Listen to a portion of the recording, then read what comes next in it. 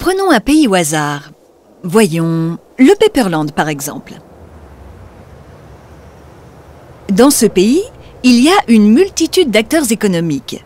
Des ménages, des entreprises, des banques ou encore des associations qui, comme vous, gèrent leur budget. D'un côté, leurs recettes et de l'autre, leurs dépenses. Parmi ces acteurs, il y en a un qui est à part. C'est l'État.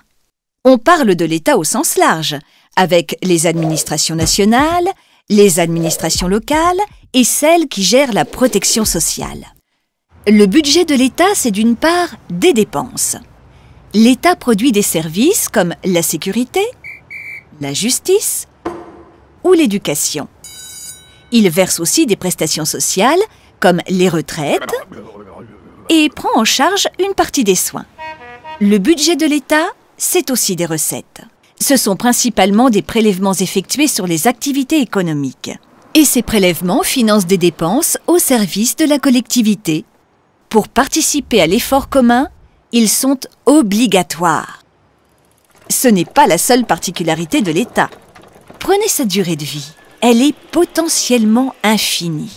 Il ne peut ni mourir, ni mettre la clé sous la porte, même s'il ne rembourse pas sa dette.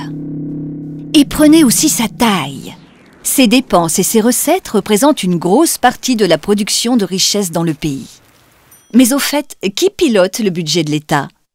Dans une démocratie, c'est le gouvernement sous le contrôle des citoyens et de leurs représentants. À Pepperland, le pilotage du budget de l'État a été confié au ministre du Budget. Regardons ce qu'il se passe de son point de vue. Quand l'activité baisse, une partie de la population perd son travail, mais conserve un revenu sous la forme d'allocation chômage. Cela entraîne l'augmentation des dépenses de l'État. Dans le même temps, l'État fait face à une baisse des recettes. Et si l'État dépense plus qu'il ne reçoit, il est en déficit. Il doit alors emprunter. Cette dette s'ajoute aux dettes qu'il avait déjà et il faudra payer des intérêts sur tout cela.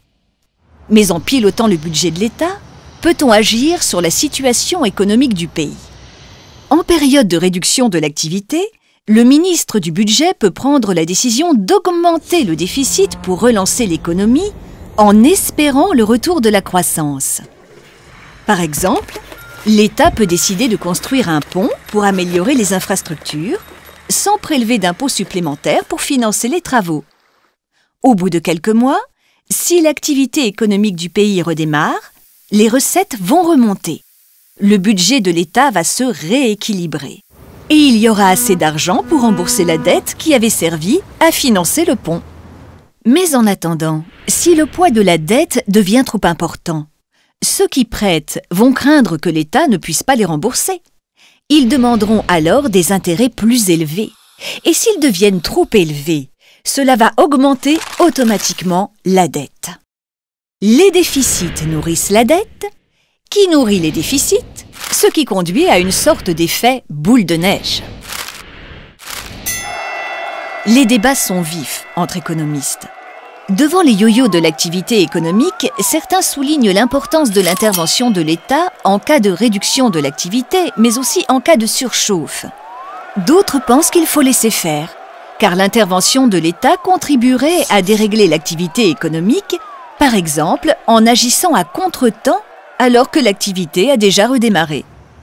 Et d'autres encore privilégient le financement d'investissements qui augmentent le potentiel de l'économie du pays à long terme. En pratique, les effets de ces politiques sont extrêmement variables selon les pays et les périodes.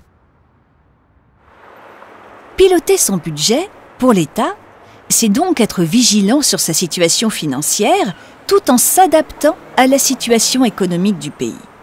Il faut donc faire preuve de finesse, anticiper et se projeter dans le futur.